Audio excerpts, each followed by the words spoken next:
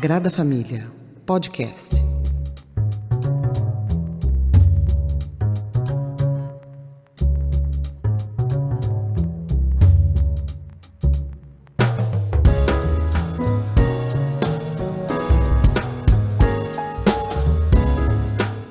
Olá, camaradas, bem-vindos a mais um podcast do Coletivo Sagrada Família.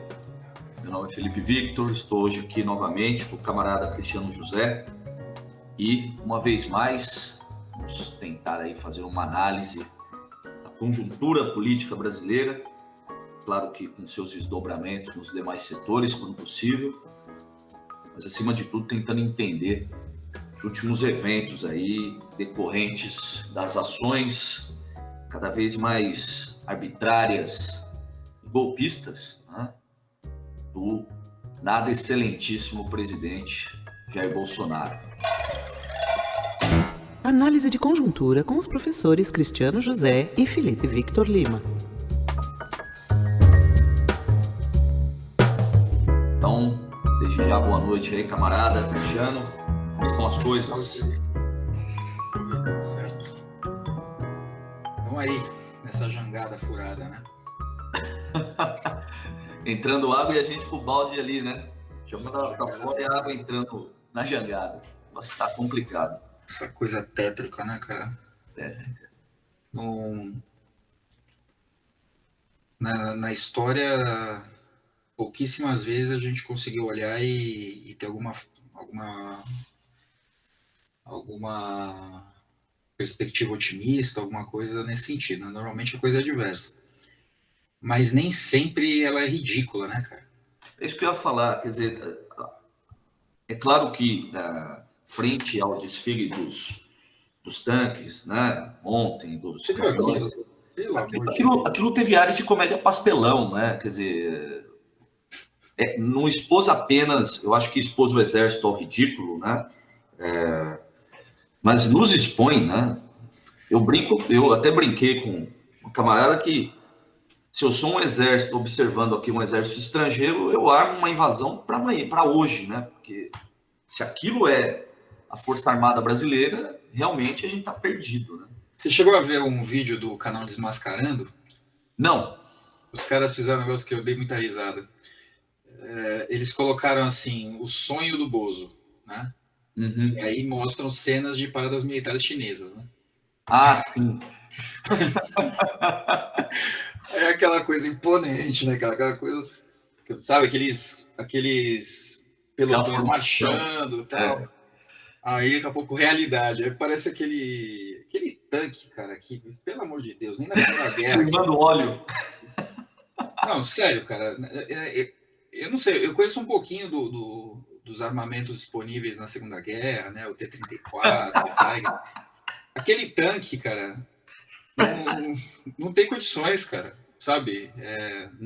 Não é nem um Sherman aquilo, sabe? O Sherman que era pequenininho, né? Não é nem um Sherman, cara. Eu não sei o que é aquilo. Aquilo ali não foi utilizado em Monte Castelo, né? Sucata de... Não foi. Não é possível uma coisa daquelas, cara. Não é possível. Mas tudo bem. Gente, de fato, camaradas, estamos diante de uma situação que migra aí, né, facilmente, né, das preocupações mais legítimas, né, a essa sensação de que vivemos uma comédia, né, ainda que ao final a gente está dando risada aqui, mas acho que é um pouco risada de desespero, né, frente a uma situação que é de difícil compreensão, ainda que a gente se esforce bastante frente a essas constantes idas e vindas, e essas situações totalmente tragicômicas, né? Como eu disse, repito, beirando o ridículo. Bom, mas estamos diante de, para além dessa questão da parada, né? Essa dita parada militar, que até ela parece fake, né? Estivemos ontem diante da votação, né? Sobre questão do voto impresso. Eu lembro que a gente conversou muito sobre isso há alguns podcasts atrás, justamente tentando pensar na possibilidade da esquerda encampar essa bandeira, essa ideia, até como uma forma de tentar retirá-la, né, do discurso bolsonarista, né? Mas o fato é que encaminhou-se para a rejeição numa manobra um tanto quanto estranha do Arthur Lira, que, ao mesmo tempo que pareceu tentar esvaziar esse debate na Câmara, ele também aponta logo em seguida para e reafirma a necessidade de que houvesse e nesse sentido reverberando a fala do Bolsonaro, de que houvesse um sistema melhor auditável, né?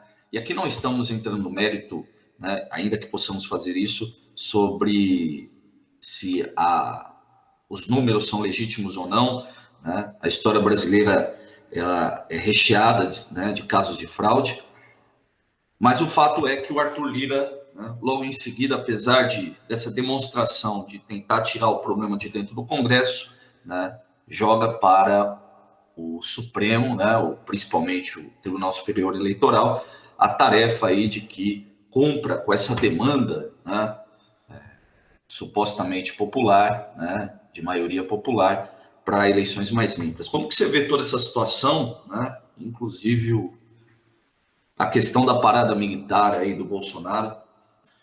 Hoje ele, inclusive, né, Cris, ele reafirmou que, né, ele pôs em dúvida, inclusive, a própria votação da Câmara, o que me parece, e aí já te trazendo uma nova questão, né, para a gente debater aqui, isso a gente já falou no passado, mas alguns têm dito isso hoje, é um indivíduo que gosta de alimentar o caos, parece que justamente para manter o seu governo, né, ou criar sempre esse ambiente de disputa, né, esse embate, como forma de justificar suas ações. Como que você vê toda essa situação? Como você viu, né? Como você está percebendo tudo isso?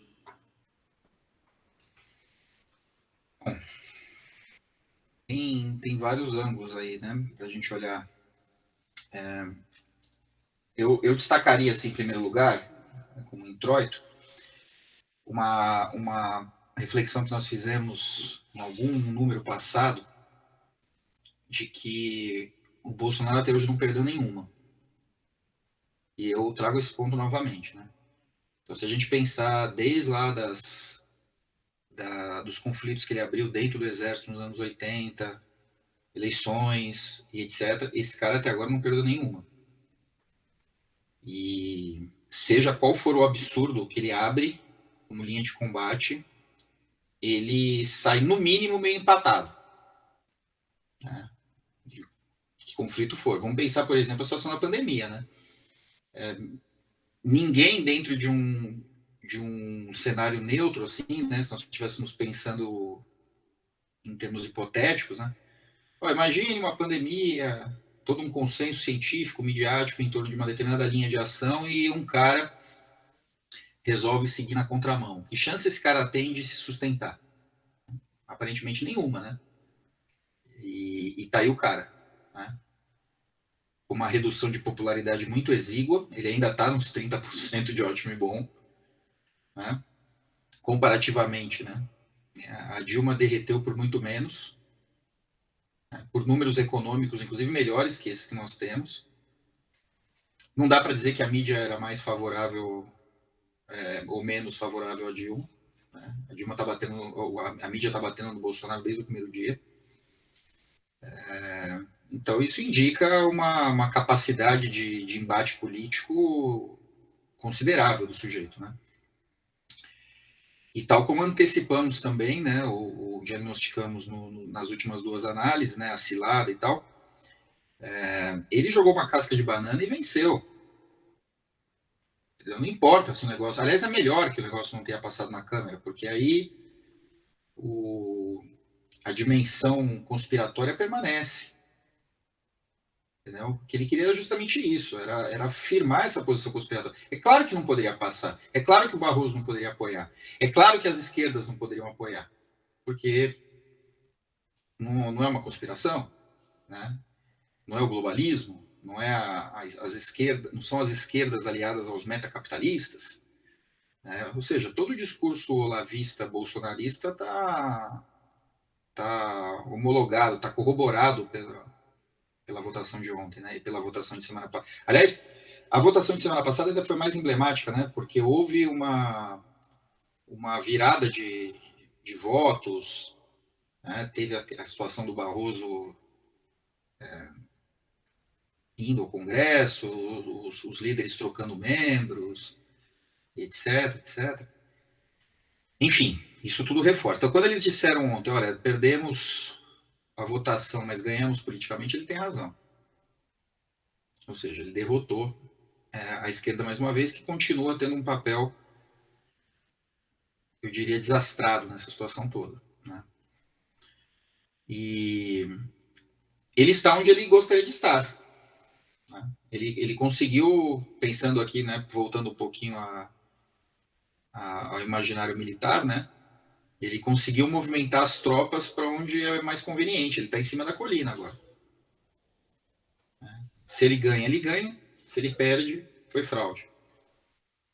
Então ele não sai por baixo. Como é que você impeachment um cara desse agora? Entendeu? Como é que você processa um cara desse? Como é que você denuncia um cara desse, né? Tudo vai cair na vala comum da conspiração. Então, assim, agora acho que a gente fecha um ciclo, né, Eu não concordo muito com essa ideia de que o cara tá desesperado, aí ele fica abrindo crises porque a maneira como ele sabe governar e tal. Não é por aí, não. Eu prefiro um pouquinho a imagem que o Vila usou ontem, eu acho que num jornal qualquer, em uma entrevista, que é, aliás, uma metáfora leninista, né? Que ele dá 2 passos à frente e 1 atrás.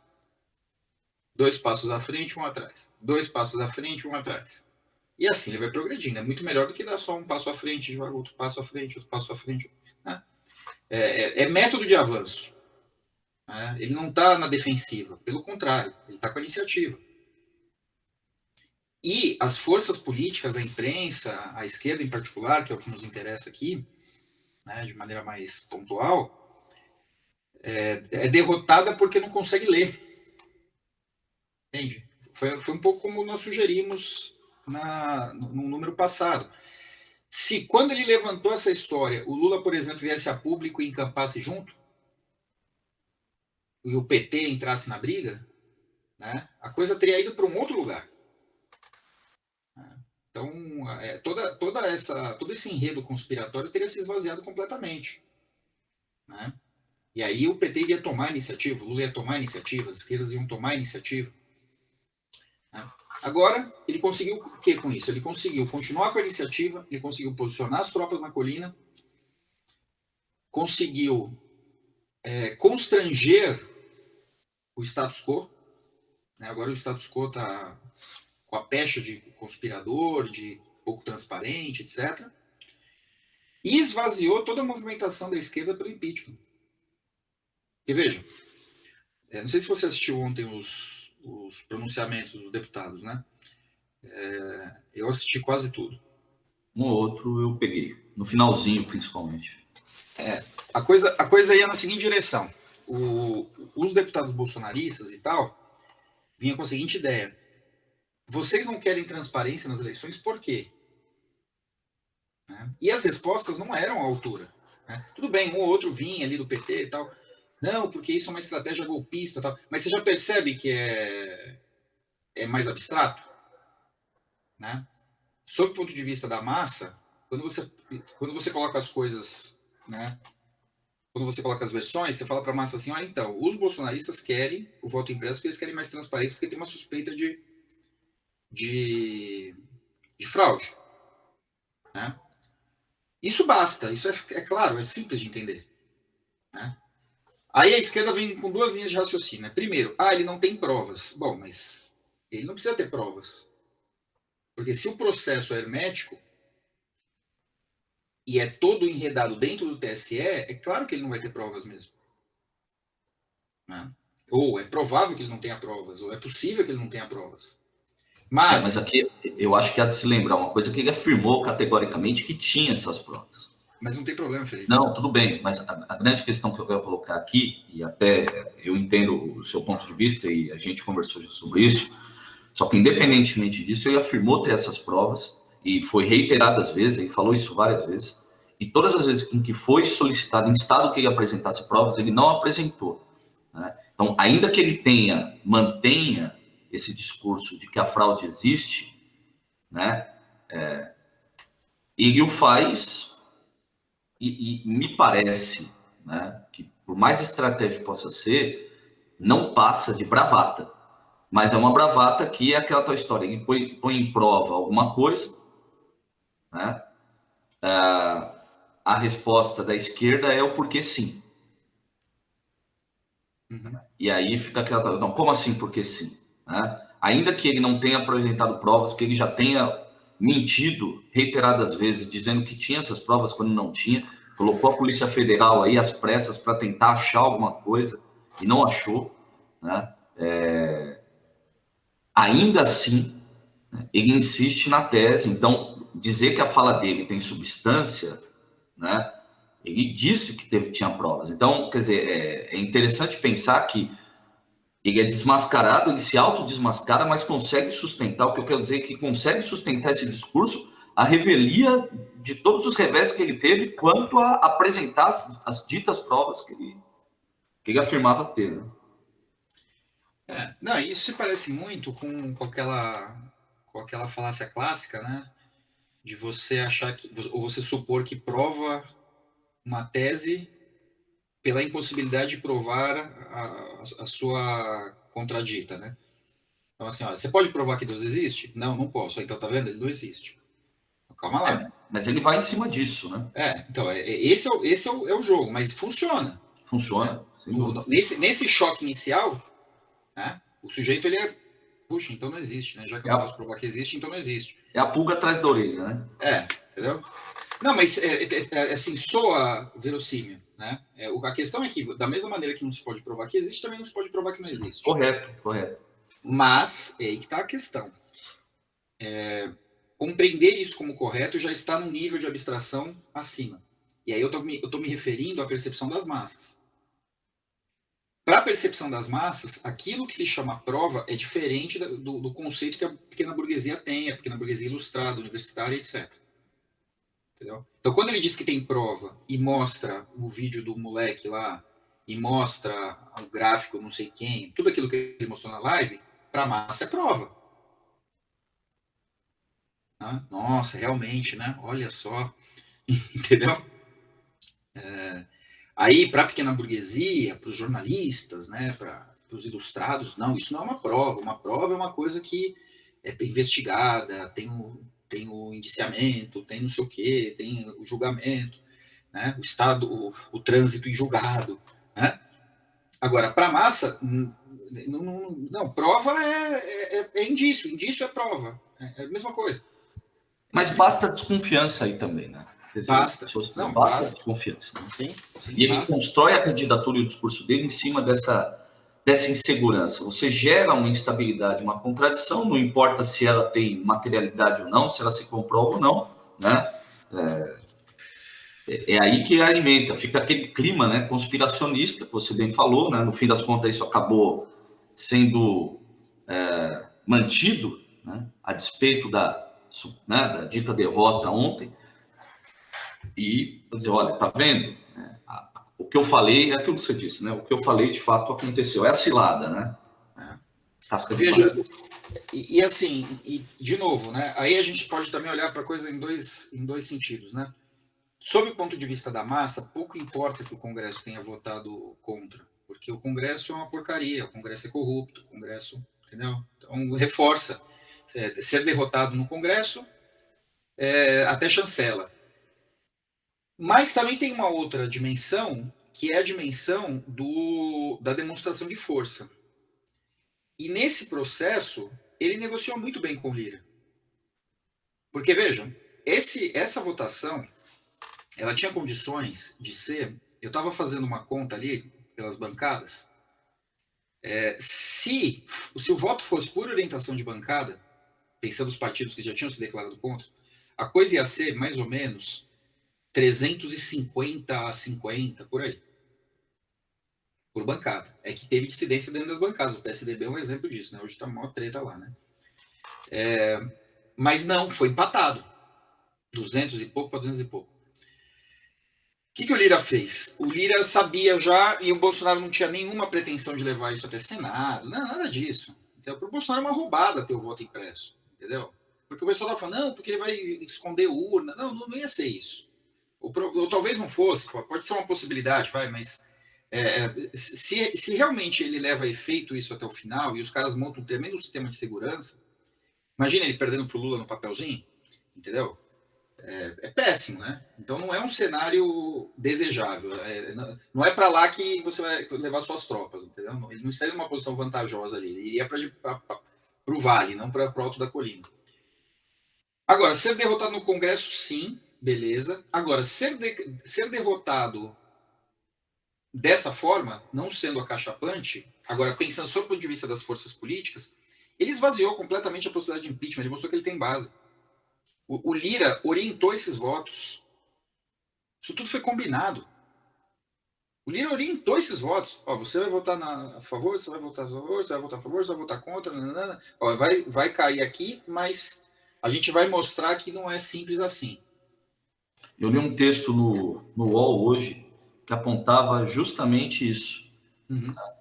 Por muito menos, a Dilma teve cachapantes, quase 400 votos aí para derrubá-la sem muito debate, né?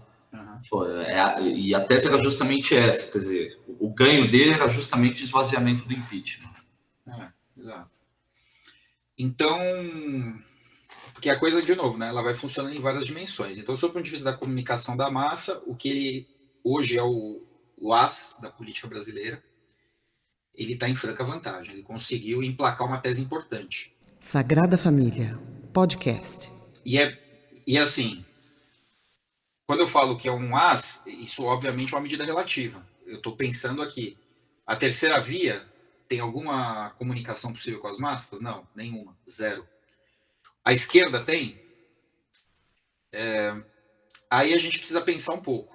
Né? Aí eu acho que é uma outra fase aqui da nossa conversa, né? Que a gente tem que colocar o fator Lula nessa história, que torna a análise um pouquinho mais complexa. Mas assim, seja como for, eu entendo que ele continua com vigor sob o ponto de vista da sua técnica política, sabe? Aí, de novo, como a gente disse lá atrás, quando a gente mencionou que ele nunca tinha sido derrotado, não sei o que e tal, acho que foi até o podcast sobre o Moro que nós elaboramos essa ideia. Se isso em algum momento vai significar uma derrota definitiva, é possível, né? A gente usou até a imagem do Hitler, né? Que quando perdeu uma vez só, né?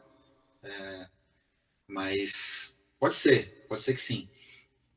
Mas o fato é, até agora ninguém consegue ostentar uma vitória contra Jair Bolsonaro.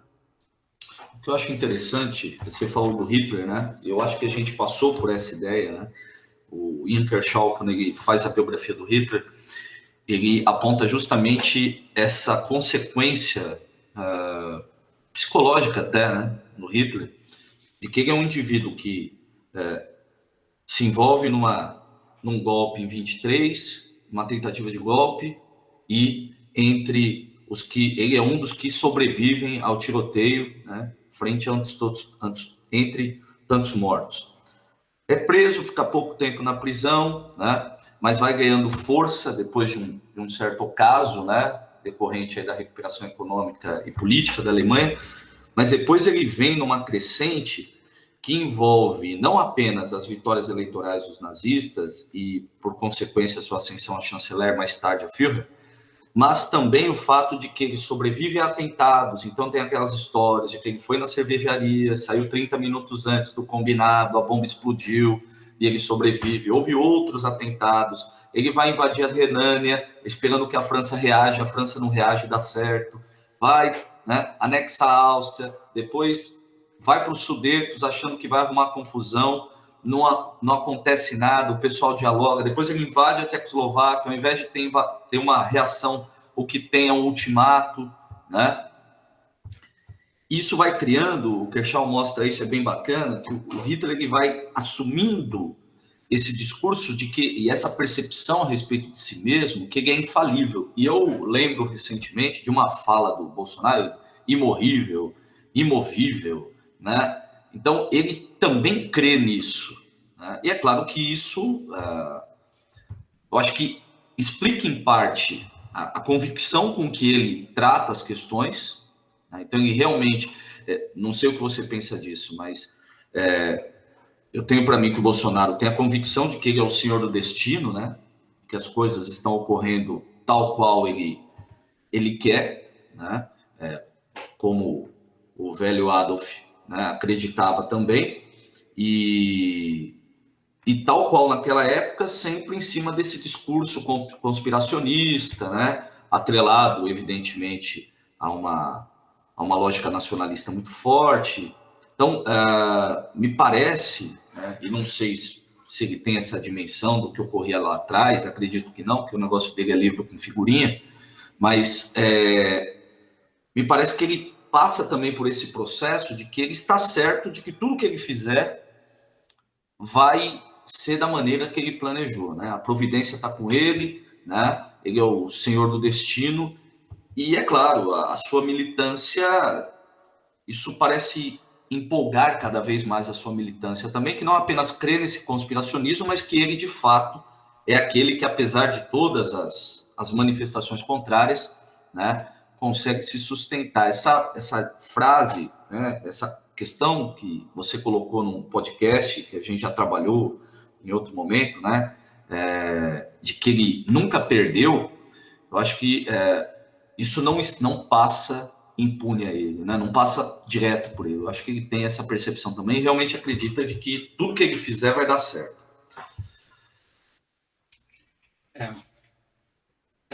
Vamos entender um pouquinho essa noção de derrota, né? Porque quando a gente diz que ele nunca perdeu, a gente está se referindo a derrotas políticas, né? Não, sem dúvida, sem dúvida. Que se enquadra exatamente. E isso fortalece essa perspectiva mitológica, né, que se atribui pela sua militância a ele e tal, e que é um tema clássico, né? Isso aí é recorrente, né? A própria palavra mito materializa, né, um pouco isso. É José que cai no poço, não é isso? Que é traído pelos irmãos, né? Não é isso? Isso. Moisés abandonado, e é recuperado ali no cesto. Ele recorda o termo Messias, que está no nome, né? Lembremos, Salvador, aquela coisa toda. Então, todo predestinado, ele tem um ou mais momentos de derrotas pontuais que na verdade são elementos de alavancagem, né, para uma saga e tal. Então, de fato, assim, ele consegue, guardadas as devidas proporções, reproduzir isso aqui dentro desse nosso cenário não tão glorioso assim, né? Enéas, né, que sai da derrota em Troia para fundar Roma, tal, né? Fundar Roma, assim, sendo o ancestral, né, dos gêmeos, tal. Enfim. Mas, assim, pensando nesse significado de derrota política, então você lembra lá, né, da tentativa de golpe do Hitler no início dos anos 20 e tal. Essas não são derrotas exatamente, né? Porque são pontos de virada justamente para a ascensão. Entende? Então, assim, se a gente Ele fala da história dele, exatamente. A leitura que ele faz. Então, quando a gente pensa na Revolução Russa, né? Se a gente pensa na Revolução Russa, 1905 não é uma derrota política, né? É uma derrota conjuntural, uma derrota militar do movimento revolucionário, mas aquilo é o grande catalisador para um acúmulo de forças que vai resultar em 17 depois, especialmente em outubro, né? Mas que tem influência já em fevereiro. Derrota política, por exemplo, é a do Trotsky. Né? Do Trotsky a gente pode dizer que é uma derrota política, porque ele é derrotado pelo Stalin no início dos anos 20, aí é exilado, depois é assassinado, e até hoje ele é uma figura anatematizada na Rússia, pelo senso comum. Né? Acho que eu já te contei, eu tive uma conversa com um cidadão médio ali de Moscou, né? um colega, o Andrei, falei, e aí, o Trotsky, né? Spy.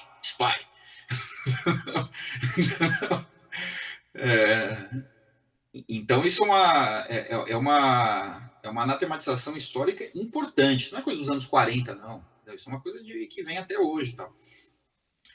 Então, assim, sob essa perspectiva, eu não vejo derrotas políticas do Bolsonaro. Nenhuma. Absolutamente nenhuma. Né? Esse cara, ele vem derrotando seus adversários um a um, desde lá do Exército. Cara. E é difícil pensar, né? Eu acho que ele se tornou capitão só na reforma, né? Então, mas ele era tenente, uma coisa assim. Pô, um cara de baixa patente, velho.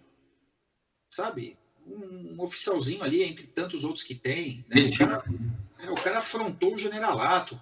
Sabe? Sei lá o que ele conseguiu fazer ali para mudar a primeira sentença ali e tal. Então, isso tudo para dizer o seguinte. Isso tudo para dizer que quando esse cara começa uma linha de ação, as pessoas já deviam estar ligadas nisso. Né? Ó, a chance deles pelo menos empatar é grande. Entendeu? Ele é catimbeiro, esse cara. E é nisso que reside o erro e, por conseguinte, as derrotas sucessivas da esquerda. A esquerda foi derrotada de novo nessa questão do voto impresso. Entende? Por quê? Porque não leu a situação de novo, acha que não, acha que é uma bobagem, acha que é uma loucura. Né? Deixa o cara falar. E o cara vai levando para um lugar, cara, impossível o negócio. Sabe? Ele vai levando para um lugar, ele sobe na moto e sobe no caminhão de som e arrasta um monte de gente e pauta as discussões, esvazia tudo, né? Para no final das contas chegar nesse resultado que a gente já antecipou. Mas veja, eu queria chamar a atenção, assim, eu acho que esse é um cenário e uma proposta de leitura do modo de agir político, da praxis política do Bolsonaro. Mas eu queria chamar a atenção para outra coisa que subjaz a tudo isso. Né? Que é o seguinte, vamos lembrar também de outra discussão já que nós tivemos aqui na Sagrada Família, que é o processo desde 2013 de um golpe continuado. Né? E de um golpe que não é um golpe político. Né? O golpe tem a sua dimensão política, mas ele é um golpe que ilustra, claro, né, de maneira cifrada, obviamente, mas que ilustra a natureza crua, né, ferro no ferro, que a luta de classes hoje assume. Então, qual que era a hipótese aventada? Né? Numa situação de redução dramática das taxas de acumulação do capital, né, já aqui no século XXI, pensando que as pequenas reservas, né, de valor estão super escassas no mundo, né, que boa parte dos capitais que estão circulando são fictícios, são bolhas e tal, chegou-se a uma situação definitiva de demolição do estado de bem-estar social. Isso considerando o centro do capitalismo, né, que é o hemisfério norte, Europa, Estados Unidos, e, de maneira mais dramática, o hemisfério sul, que ensaiava um arremedo de estado de bem-estar social por meio das associações Sul-Sul, né, BRICS e tal. Muito bem. E aí, nesse contexto, como que se faz isso sem jogar fora o grande antídoto à versão socialista do mundo, né, que caiu com o muro, que é o modelo democrático burguês, né, esse consenso, pelo menos ocidental, né, pela democracia burguesa. Por quê?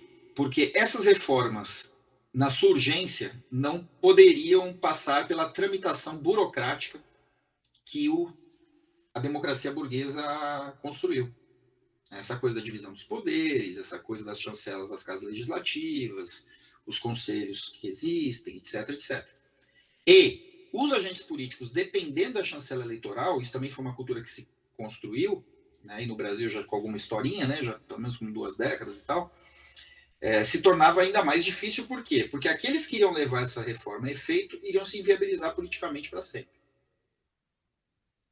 Daí a necessidade ou de uma versão do Estado burguês autoritária, truculenta, o que nega, o que é uma antítese da versão democrático-burguesa, lá dos anos 90 para cá, ou teria que ser um sujeito que assumisse a sua inviabilidade política vindoura.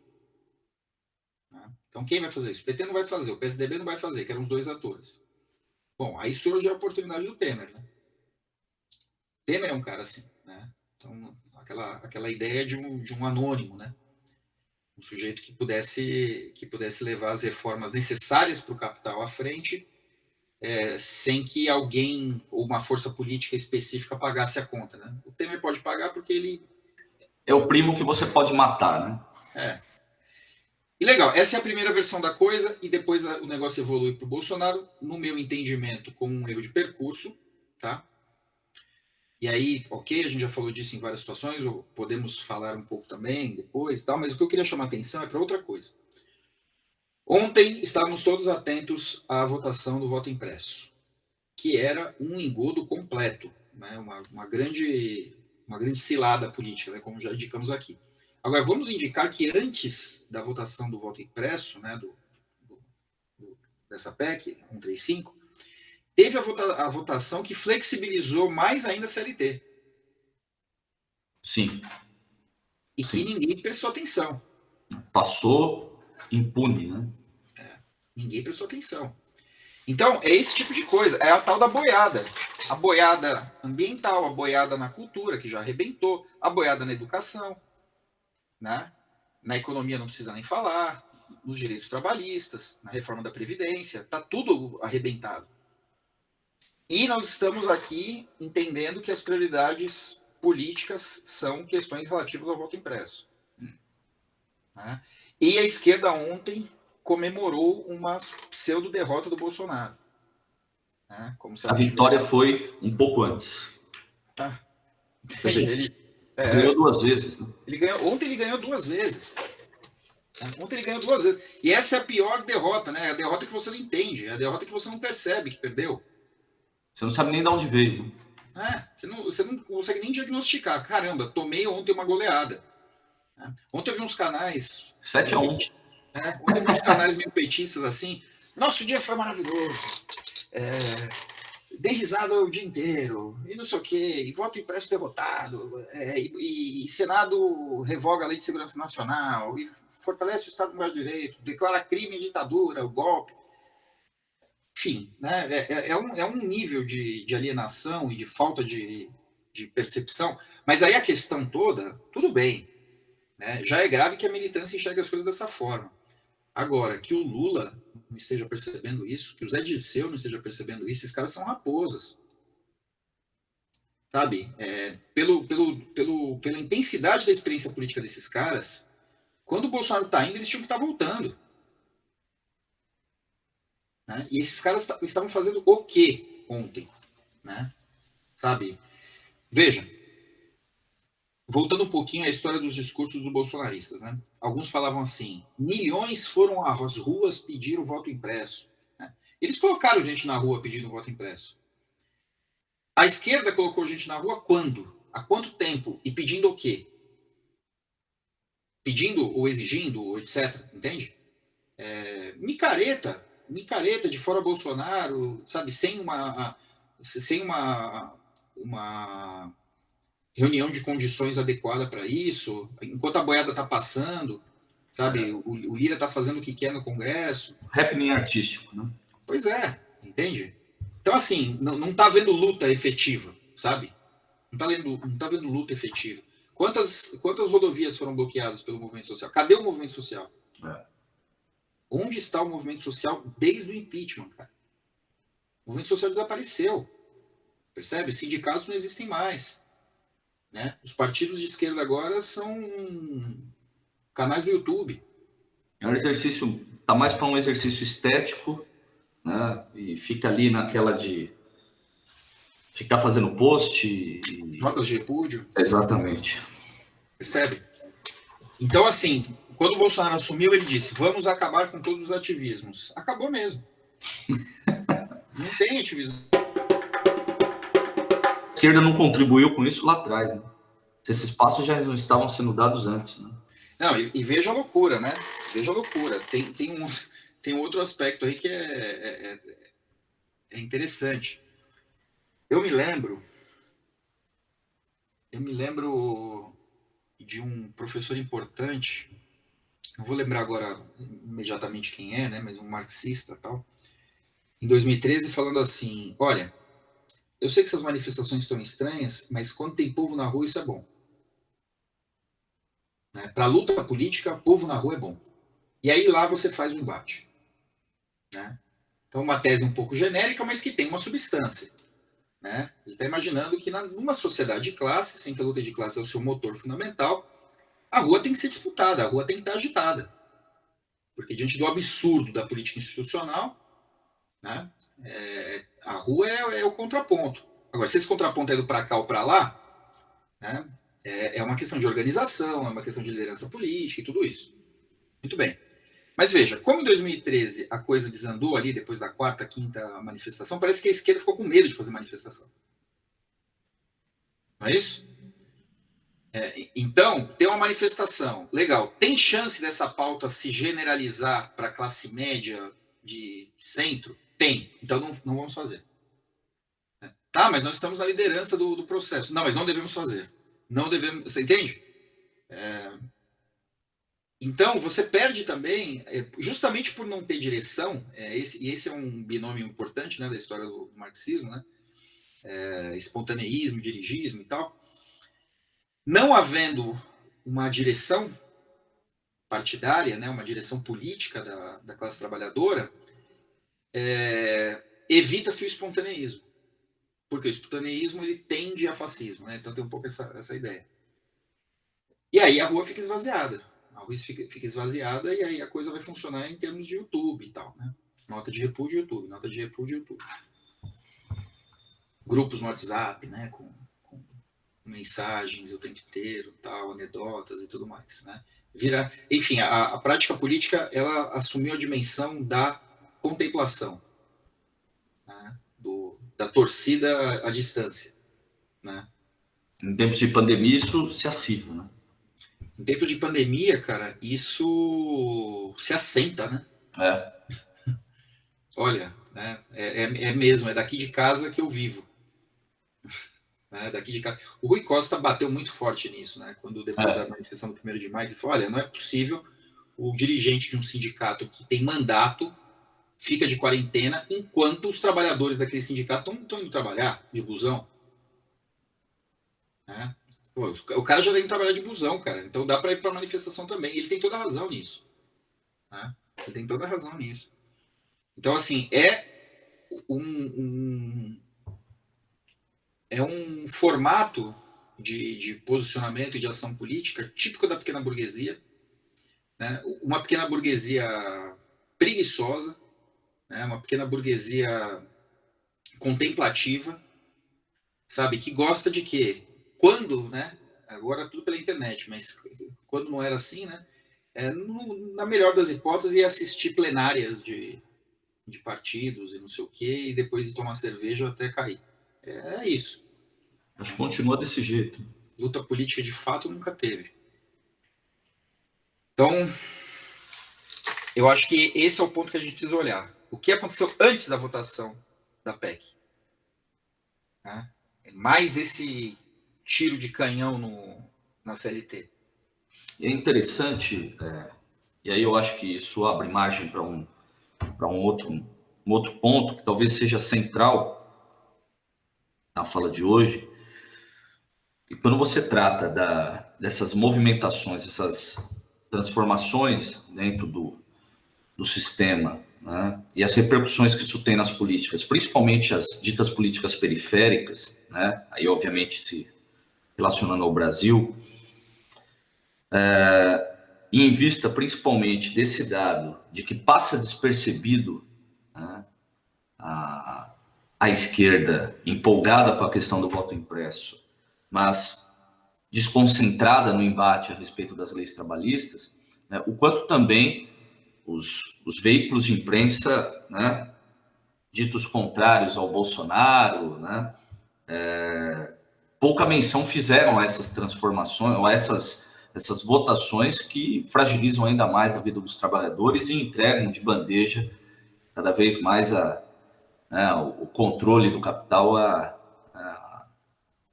a quem já o controla, por assim dizer, né? Quer dizer, amplia, né, os mecanismos geradores de desigualdade e lançam no desespero aí a classe trabalhadora já numa situação, né, uberizada, desesperada, né? E aí eu fico pensando justamente no compromisso, para além das críticas do Bolsonaro, com esse sistema liberal, né, que é compartilhado, né, pelos setores aí econômicos, e o quanto isso repercute nessa insistência por uma terceira via, né, uma via que não seja deslocada, disfuncional, como Bolsonaro, né, autocentrada, né, autoritária, autocrática, mas também que aponte numa direção oposta, né, ao que representa hoje a principal possibilidade, né, frente ao Bolsonaro, que é o Lula, né, a sua contraposição. Então, me parece também que há uma aversão à figura do Lula como uma possível barreira a esses interesses manifestos, por exemplo, nessas reformas trabalhistas e em tantas outras que você citou agora há pouco. O que você acha disso, Cris? A questão do Lula, né? Quer dizer, não queremos Bolsonaro, mas também não queremos o Lula, que não estamos aqui, evidentemente, levantando bandeira para ele, mas, aliás, somos bem críticos, né?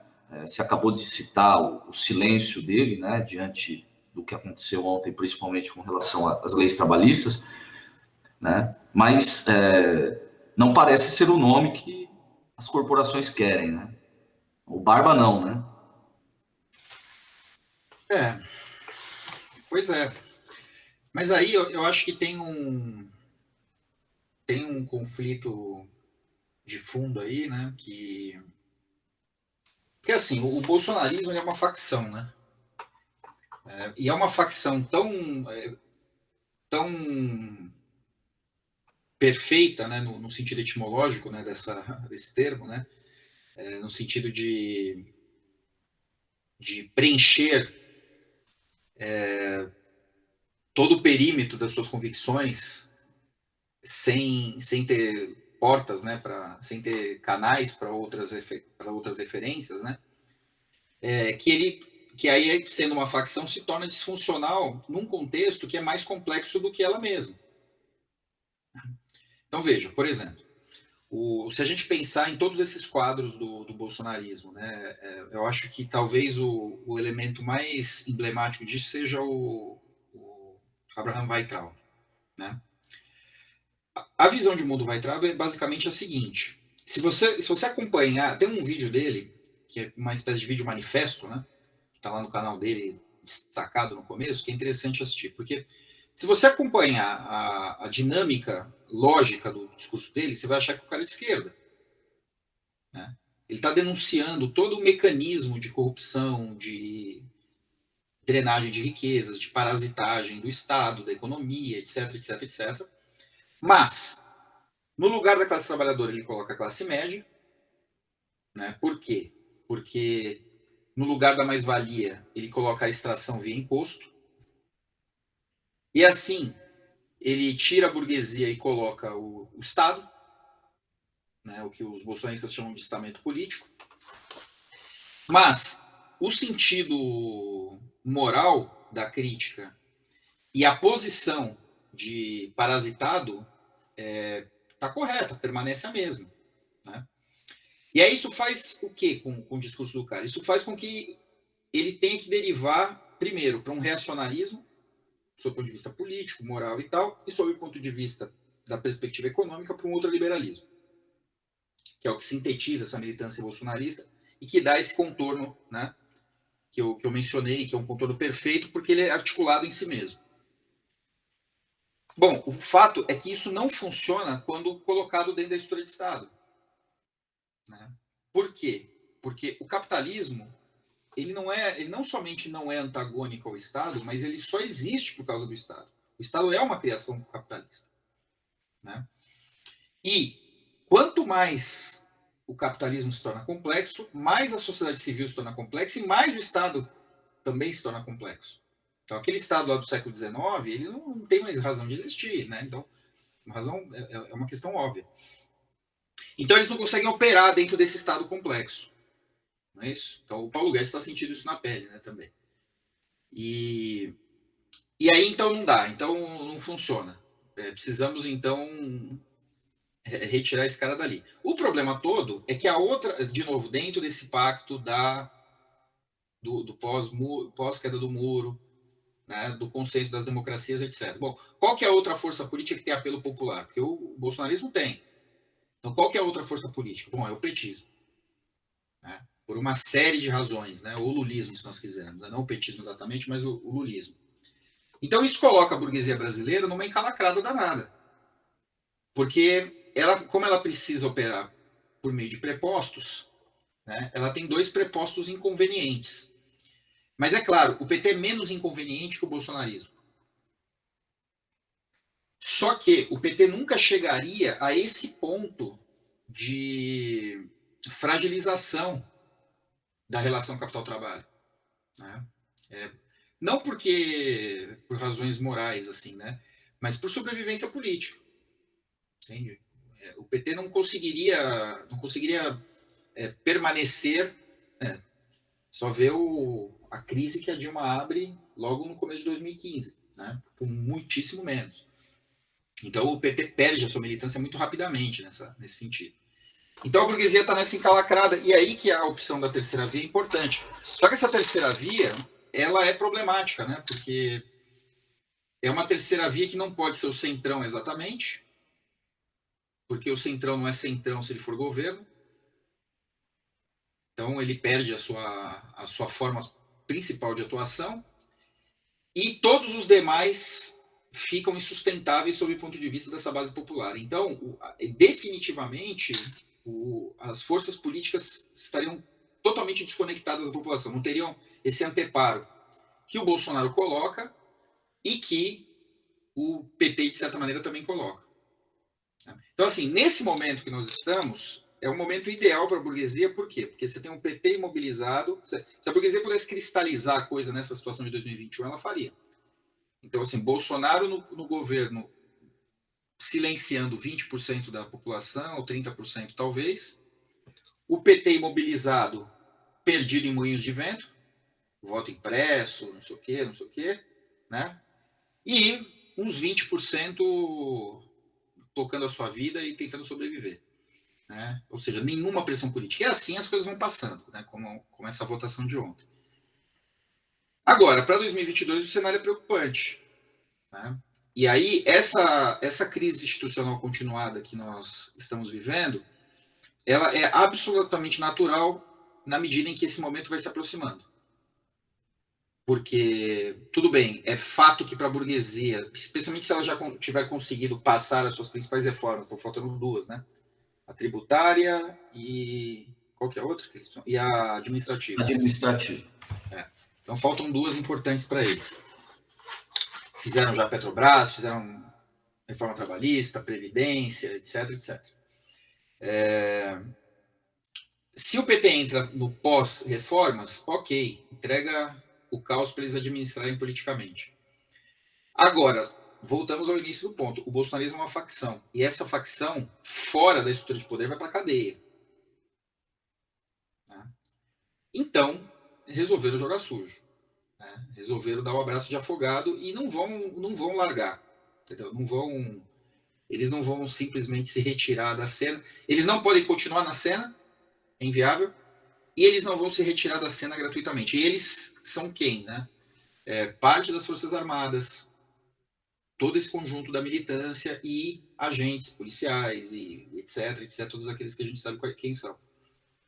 Então, essa encalacrada política que está colocada. Né? E os atores devem estar, provavelmente, tentando construir uma espécie de consenso, uma saída minimamente civilizada para isso. Né? Então, tem a possibilidade lá do semipresidencialismo,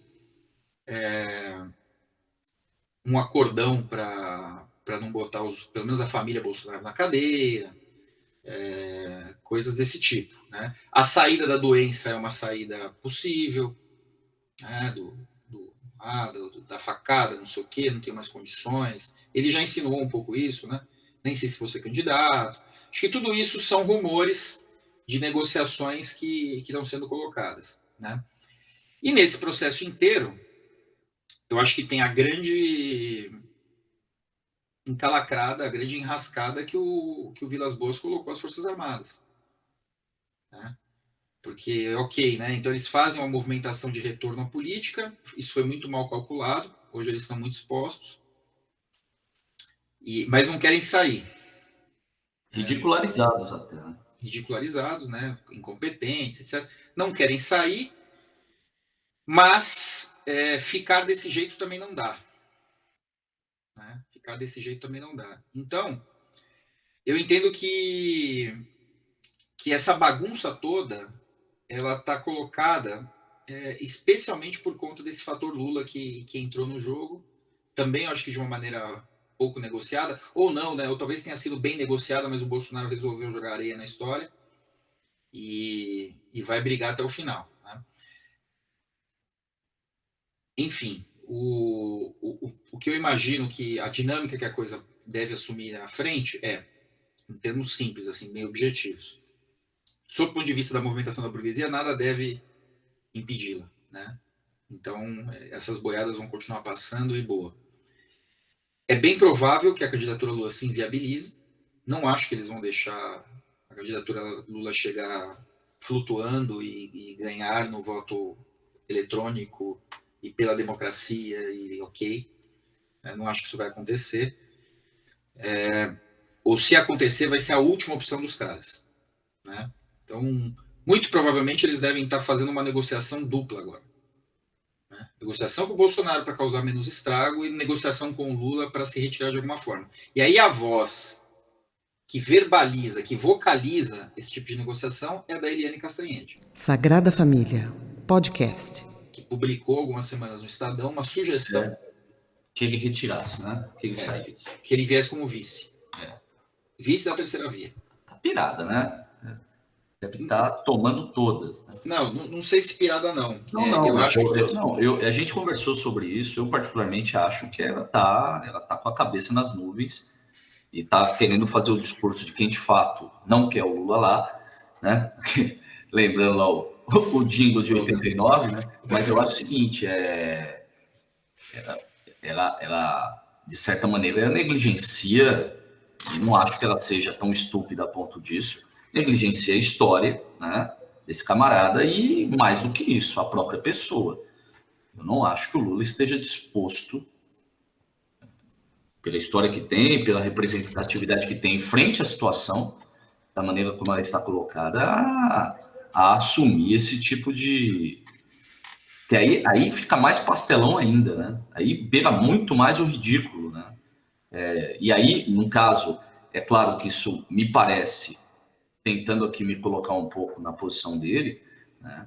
Uma tentativa da própria burguesia colocá-lo de joelhos, né?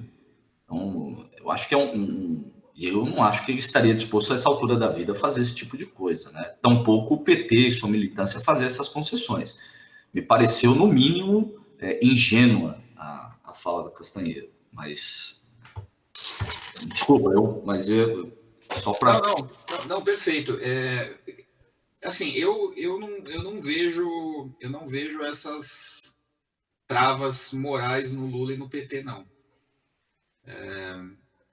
Eu sei que é uma situação diferente, mas se você pensar o contexto político de 2002, trazer o Zé de Alencar para vice era tão estupefaciente, ou pelo menos era bastante estupefaciente, a ponto de poder ser comparado a uma iniciativa como essa.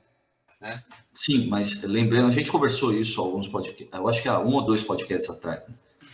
Talvez o processo inverso, eu acho que foi o último que comentamos, inclusive sobre a questão do semipresidencialismo. Eu acho que ele, como candidato principal e um nome aí desse grupo disposto a dialogar como vice, para uma futura repercussão, uma próxima eleição ou dentro do próprio mandato do Lula, talvez isso seja muito mais compreensível pensando aí na alternativa de 2002. Né?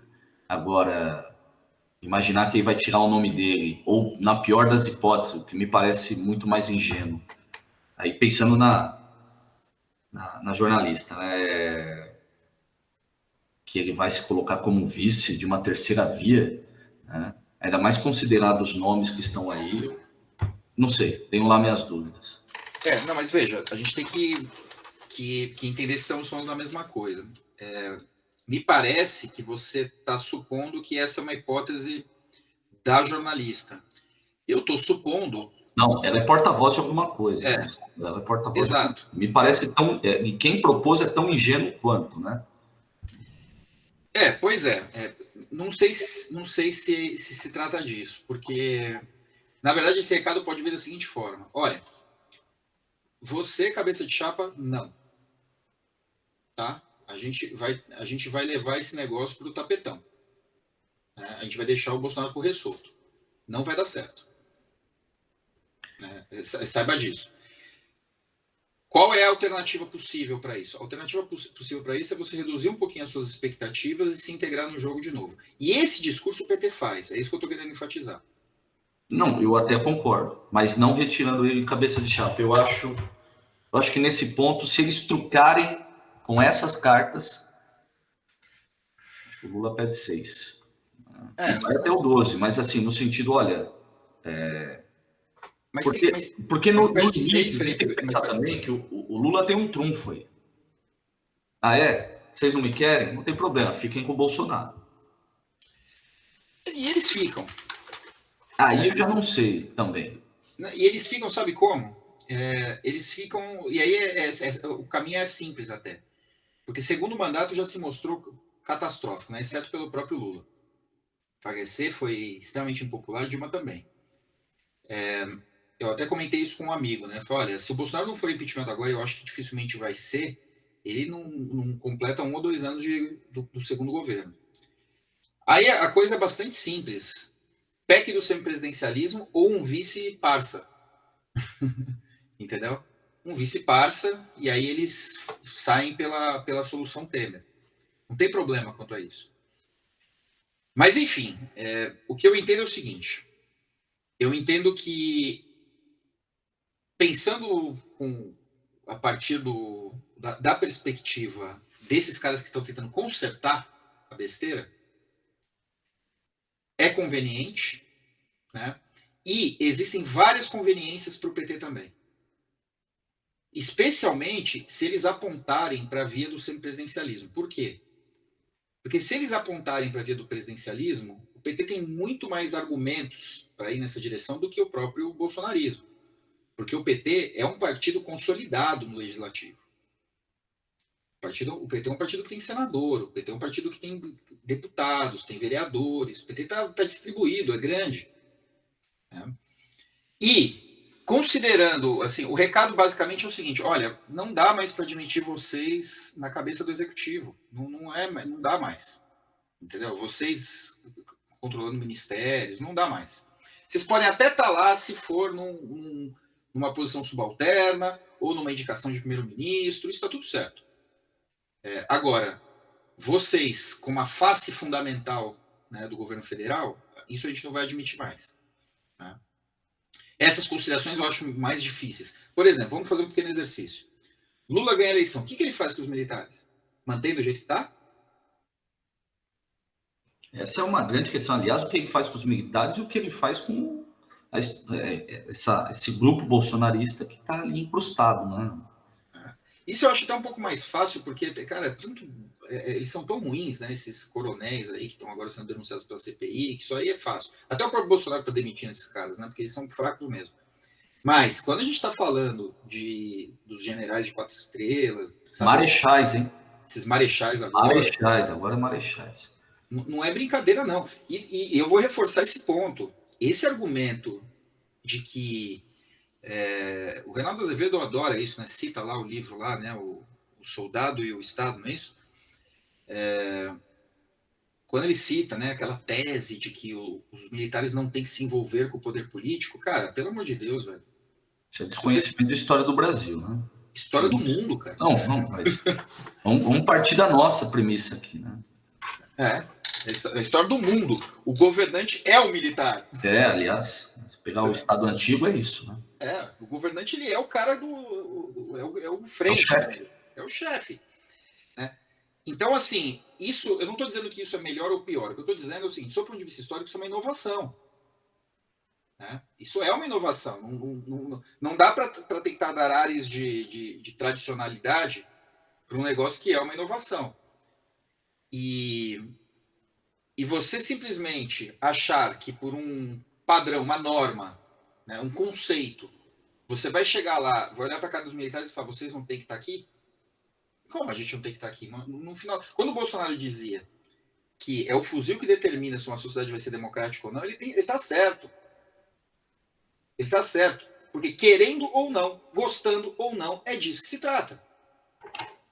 Quem os militares aceitarem vai governar esse diabo desse país. É simples assim. Quem, por eleição, por golpe, seja lá pelo que for, tem que ir lá na salinha conversar com os caras primeiro. Entende? Tem que ir lá na salinha. E aí eu aponto mais um erro importante do PT. De ignorar esse dado básico. Esse dado básico. Sabe? Deixou cobra ser criada embaixo do seu nariz.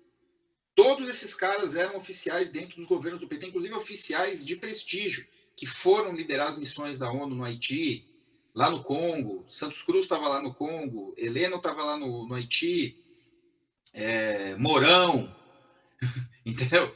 General Ramos, todos esses caras eram oficiais importantes dentro da própria estrutura de Estado que o PT estava conduzindo.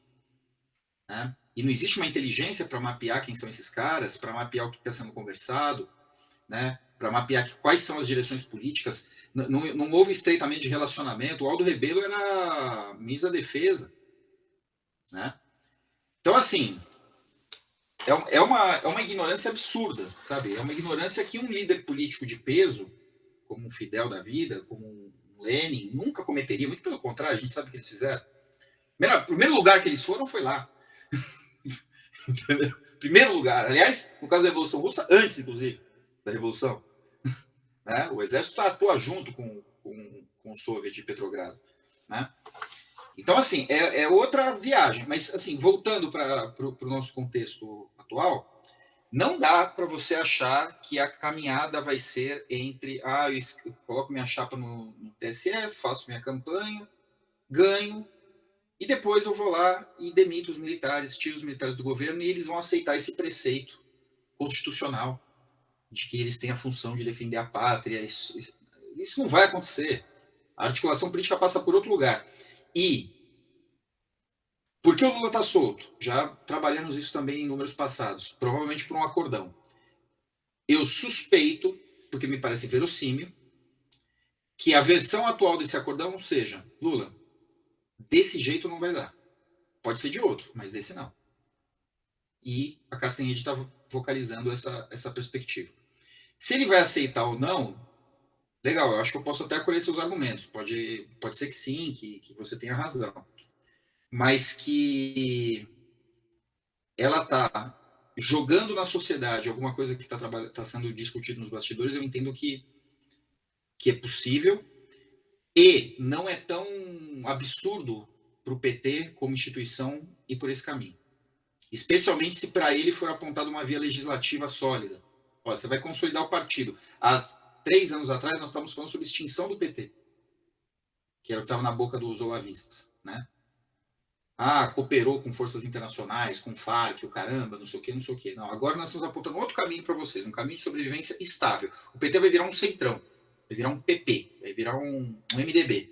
Partido grande, partido que tem governadores, tem senadores, que tem deputados pra caramba, que tem centenas, talvez milhares de prefeituras. Né? Que tal? E aí você tem todo o orçamento na mão, você tem... Porque imagina, você tem... Da mesma maneira que o governo federal tem verba, ministérios, etc., prefeituras também têm. Governos do estado também têm. Da mesma maneira que deputado tem assessores, e a gente sabe que parte vai para o partido. Então, cada mandato é uma lojinha. Então, tem lojinha do vereador, tem lojinha do deputado, tem lojinha... Né? Tudo isso entra na mesa. Né? A coisa não vai... O que está em jogo aí não é só... Ou não são só os aspectos subjetivos, psicológicos e de personalidade de um ator. Né? Você tem uma máquina que está em jogo aí nessa história. E aí, nesse contexto, faz sentido. E aí os caras podem dar desculpa que for, né? Lula tá velhinho mesmo, né? Entendeu? Olha, eu acho que eu não aguento um mandato inteiro, a responsabilidade é muito grande, mas eu quero contribuir. E vejo boas intenções aqui no Luiz Henrique Mandetta, conduziu a pandemia com valentia, peitou o Bolsonaro, é um brasileiro, é um patriota, ou qualquer outro aí, entendeu? Que tem essa coisa. Cola, entendeu? A esquerda vai olhar, como a esquerda tem olhado tudo, olhou o impeachment e ficou olhando, olhou tudo isso passar e ficou olhando, olhou o Bolsonaro assumir e ficou olhando. A esquerda tá morta, cara, tá desativada. Olhando e depois foi dançar, né? A gente tem Tá que lembrar. bobolhando. Sabe bobolhando? Bobolhando.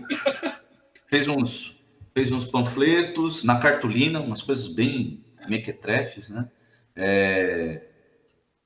Vai lá, faz umas roupinhas diferentes, sai dançando na rua, uma notinha de repúdio. Cara. Entendeu? Vai. E aí, de novo, né?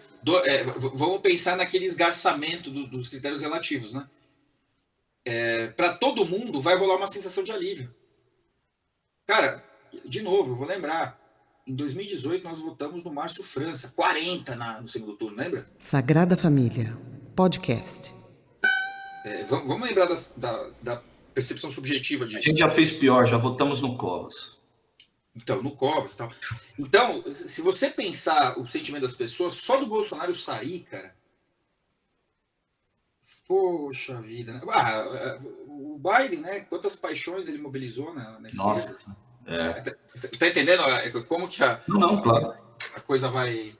Não, que fique claro que essa questão da moralidade, para mim, não é o que está em jogo. Eu estou pensando justamente na questão da personalidade mesmo. Acho que você pegou no ponto.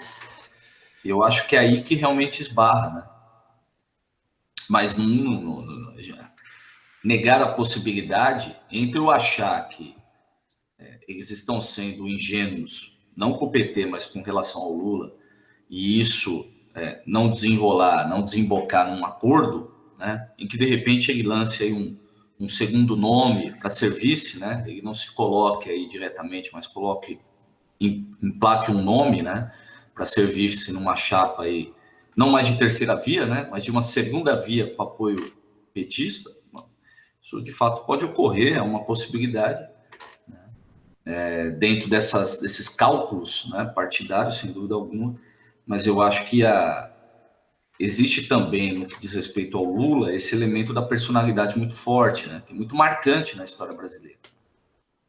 E eu não sei se ele se colocaria nessa posição, até pela questão da idade, e aparentemente ele não tem nada a perder, né? Então, ele, pessoalmente, né? Mas não sei. O partido tem, né? Não, sim, mas aí entrando justamente nesse ponto, né? Nós estamos falando de um indivíduo que é maior que o próprio partido. Então, não é o caso do Bolsonaro, que não tem partido, né? Sim. O Bolsonaro ele tá realmente de franco atirador, né? O Bolsonaro tá como esse é um ponto importante. O Bolsonaro tem muito a perder. Não, perdão, o Bolsonaro não tem nada a perder. O PT tem muito a perder. E eu acho que o Lula, a essa altura da vida, tem muito menos a perder do que o PT. Aí eu acho que o cálculo tem que ser entre a personalidade, a pessoa e o partido, né? Eu vejo a situação do PT um pouco, aquele time que estava tomando de 5-0 e sabia que ia perder antes, sabe? Já sabia que ia perder. Só que aí... Isso me lembra meu Corinthians contra o Flamengo, rapaz. Eu não acho que... e sabia que ia perder, mas, cara, tá sendo tão feio, tá sendo pior do que imaginava. Só que aí ele consegue fazer um esforço e faz 5-4. E aí ele dá aquela olhada e fala, 5-4 vai ficar legal, né? Não vai, né? Não é humilhante. Não é humilhante. Então, assim, o PT chegou a um ponto de quase uma inviabilidade política, né? De quase desaparecer. E tá aí agora, a maior bancada da Câmara Federal. Né? Uma bancada razoável, se considerar. Mas existem outros atores surgindo, né? O PT, as dissidências do PT já se cristalizaram no PSOL, no PSB, no Cidadania, né? Já existem outras forças políticas que, somadas, atuam junto. Então, se você pensar nesse blocão, né, de uma esquerda institucional, A gente está falando, por exemplo, da Câmara dos Deputados, aí, sei lá, uns 120 deputados, 130, né? Então, esse tipo de cálculo entra na mesa. Poxa, e se esses 130 virarem 200 na próxima eleição? Legal, né? Entende? E aí, de novo, vamos pensar nas lojinhas. Né? Vereadores, sabe? São 5 mil e tantos municípios, cara. Sim. 5 mil e tantas câmaras de vereadores. Tem os estados, né? A própria Câmara Federal, tem prefeituras. Tem muita coisa em jogo, sabe? Tem muita coisa em jogo que dá para ajeitar. Tem vários elementos para distribuir o butim. Né? E não vai ser, e aí esse é o ponto que eu marco, né? Eu acho que o elemento pessoal, ele é pouco significativo. E nós estamos falando de um cara que desde os anos 70 se orgulha dos arranjos negociados. Entende? Então, esse também é um traço que adorna a vaidade do Lula, né? Uhum. Tem o precedente da Kirchner, né? Sem dúvida, bem lembrado. Né? Que pode indicar isso, do próprio Evo, né? Veja que ele não volta, né? Mas ele apoia, né? Então, só que é importante pensar nas vias que eles apoiam e nessa possibilidade que a Castanhede quer, né? Que é outra coisa, né? Claro. Não, a Castanhede como porta-voz, né? Como porta-voz. Não, falando dela, ela que soltou o texto, né? Quer dizer, a saída na Bolívia e na Argentina, né? Ainda que a sombra de um Evo Morales, a sombra de uma Cristina Kirchner, se dá dentro daqueles mesmos circuitos dos quais eles já faziam parte, né? Daqueles grupos. Aqui, aparentemente, a solução é outra, né? Olha, tem que abrir mão um pouco aí das suas convicções, suas vontades, né? E dar um apoio aqui. Né? Sim, mas ele já fez em 2002, mas em 2002 era para vice, né? Então, também, eu acho que é um outro movimento aí, um pouco mais ousado, né? Sim. Mas é porque a situação é substantivamente diferente, né? Sim. A gente já teve até prisões e 2 anos na cadeia e tal. Bom, não acho inverossímil. E aí, por contraste, o que significa uma negativa, se essa for uma opção colocada na mesa? Olha, então você está caminhando, você vai levar a coisa para um paroxismo desse conflito. E 2022 vai ser 2021 a sua enésima potência. E, detalhe, o PT não tem condição de segurar. Né? O PT não tem condição de segurar. Então, se a coisa for para um embate entre militâncias, né? Não sei se a pequena burguesia da Vila Madalena segura. Não, de maneira alguma. A militância que não sai às ruas do Bolsonaro. Que tem que sair às ruas e tem que não sair às ruas. Uhum. Né? Não sai, mas de jeito nenhum. A primeira batida de pé corre. A primeira batida de pé corre. Então, essa é uma outra carta que eles têm. O Lula pede 6. Eles vão a 12 fácil. Entendeu? Eles vão a 12. Tudo bem que eles não têm mais os instrumentos institucionais. Não dá para prender o Lula de novo. Entendeu? Abrir outra Lava-Jato. Isso não dá. E isso que torna a situação mais dramática, porque chegou na última. Sem dúvida. Chegou na última correia o negócio, entendeu? Se essa estourar, não tem o que fazer. Mas, sei lá, numa dessas eles não dá mais tempo também, né, de lançar a mão da ideia do semipresidencialismo e tal. Então é isso, é a coisa negociada. Uma outra possibilidade, não vejo muito isso, mas uma outra possibilidade seria eles se curvarem ao PT e ao Lula. Não, beleza, vamos na sua, né? E aí vamos fritar o Bolsonaro. Não acho que principalmente as Forças Armadas fariam. Centrão faria, imprensa acho que é ok também, Folha, Estadão, Globo e tal. Agora, os militares eu acho que não topam isso não. Só que aí eu volto àquela ideia que eu já trouxe para você. Eu entendo que os militares possam ter um elemento político aí, uma ação política importante, mas eu insisto na tese de que eles sozinhos, sem o apoio das lideranças civis, eles não fazem absolutamente nada. Aliás, a história do Brasil prova isso. Eles nunca fizeram nada sem o apoio das lideranças civis. Né? Então, os tenentes quiseram derrubar o governo. Né? As lideranças civis pouco deram atenção, muito pelo contrário, né? Isolaram, né?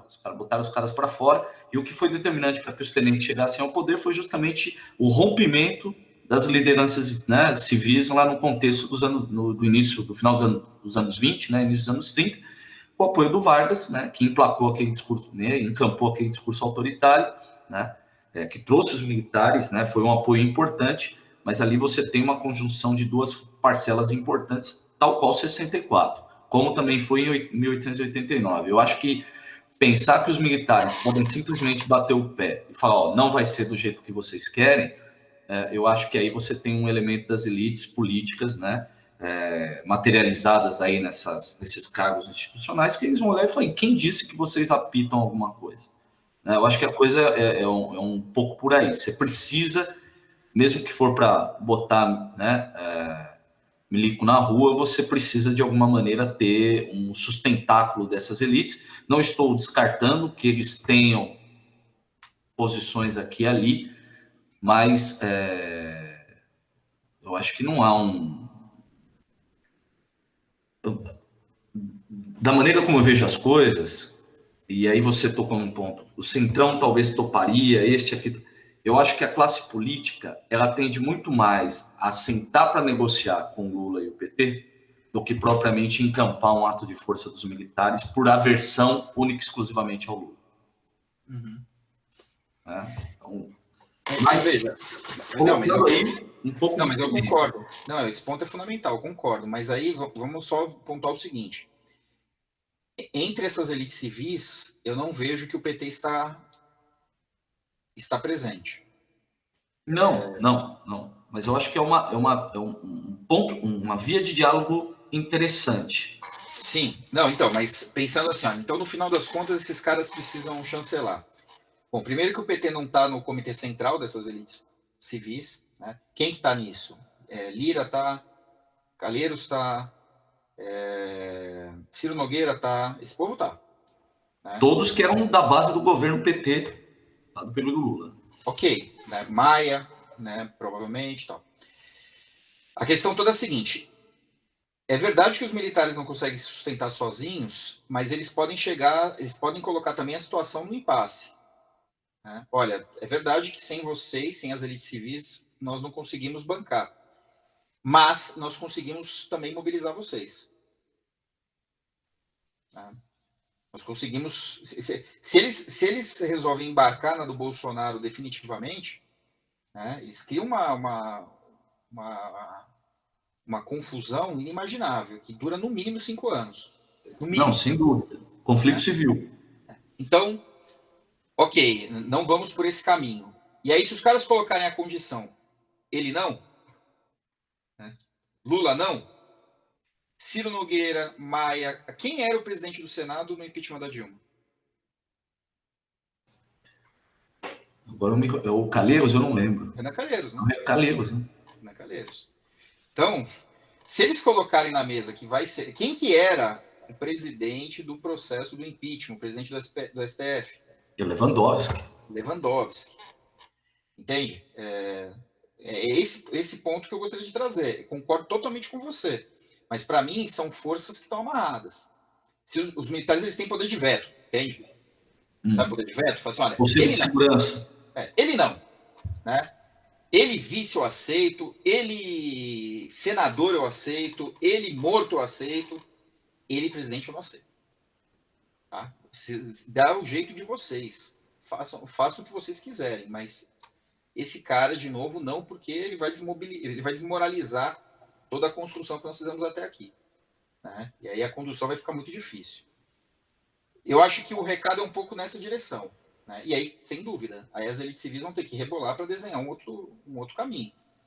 Né? E o problema todo é que não tem esse outro caminho. Entendeu? De fato, quando você pensa na possibilidade do Lula como vice de um outro cara, o outro cara é muito menor. Né? Mas, eventualmente, se a gente pensar principalmente no binômio Alberto Fernandes e Kirchner, talvez seja também uma nova forma de chapa que esteja surgindo, né? O vice mais forte. Ó. As inovações estão aí para serem consolidadas, né? Por que não? Né? Bom, a gente quase experimentou isso na situação do Lula como ministro da Casa Civil. Sim. Né? A gente quase teve esse cenário, né? Pode ser. Não vejo como isso pode parecer absurdo, entende? E eu acho que a gente tem que olhar para esse caminho como um caminho plausível sob o ponto de vista do desativar das minas. Né? Como é que a gente desativa o conflito do ano que vem? A gente precisa tirar o Bolsonaro e o Lula. Tá, mas aí a gente fica com o espaço político vazio, a gente não pode fazer isso, para não quebrar o pacto democrático. Né? Então, vamos aqui traçar uma outra perspectiva, um outro caminho.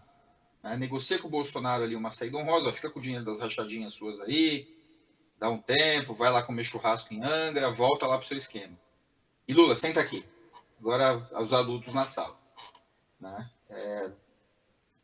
Pensando assim, pela cabeça de um mega articulador de Brasília, esse seria um cenário plausível.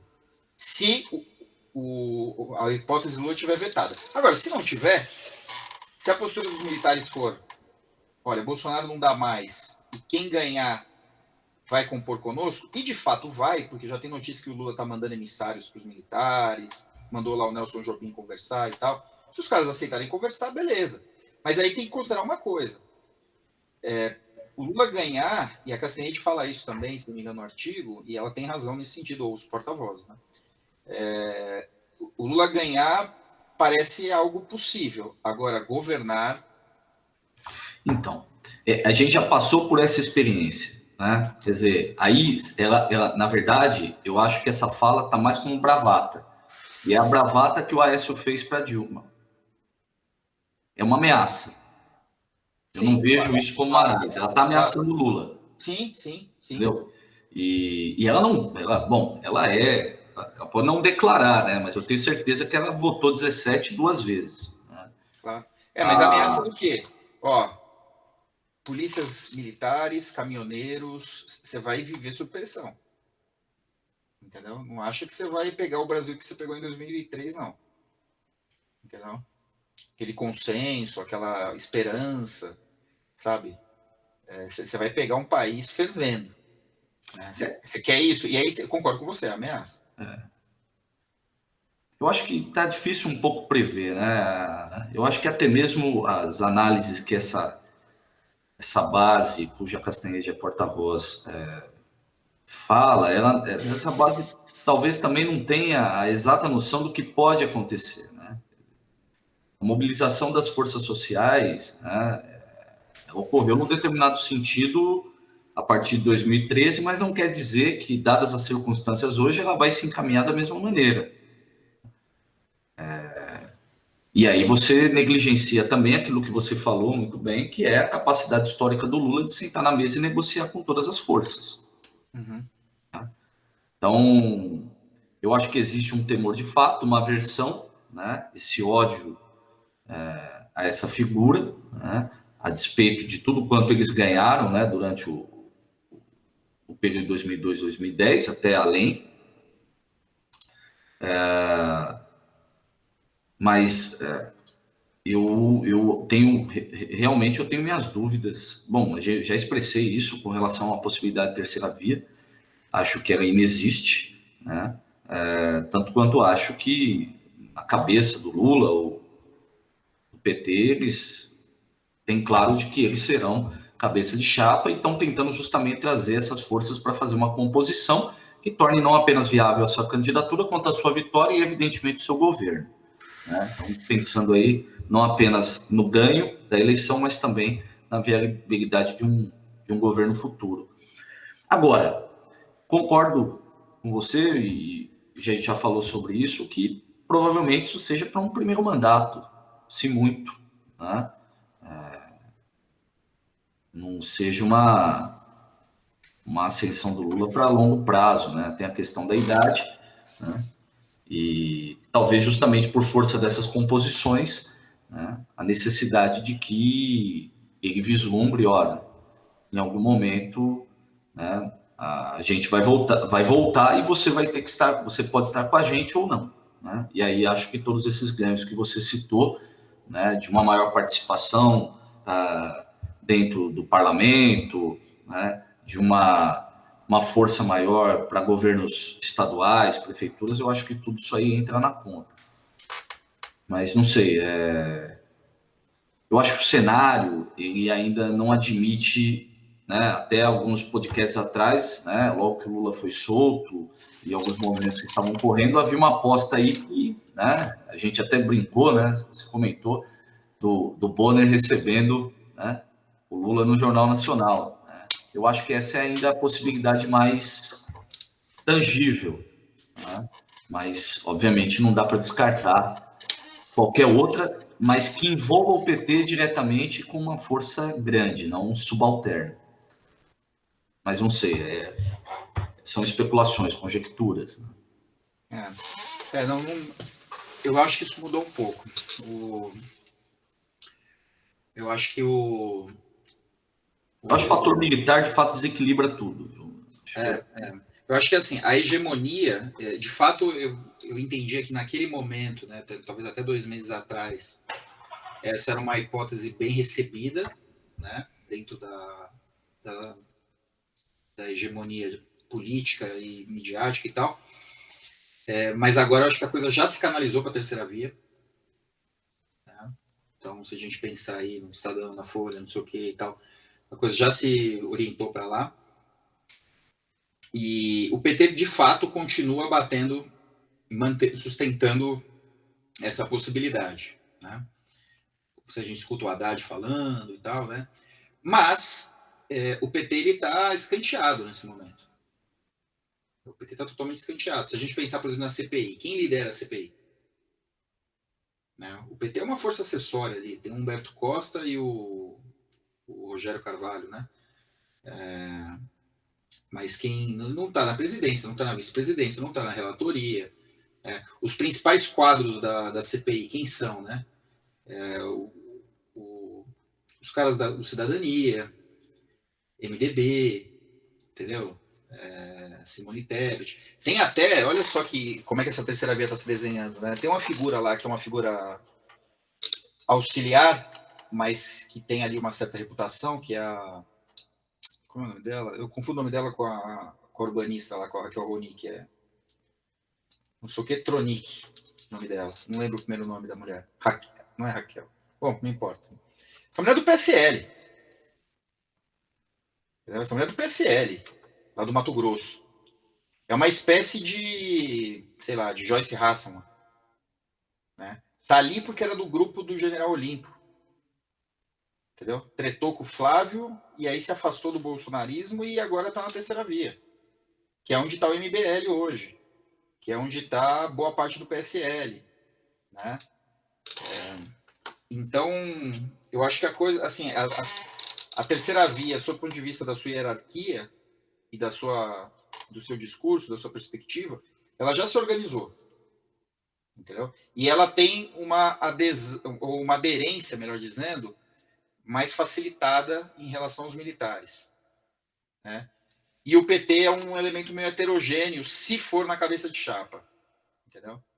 Se o Lula tivesse impossibilitado, não por razões jurídicas, mas por razões de saúde, por exemplo, um pouquinho mais velho e tal, esse programa simplesmente não existiria. Porque eles até topariam um Haddad da vida, sei lá, um Flávio Dino, qualquer figura dessa. Né?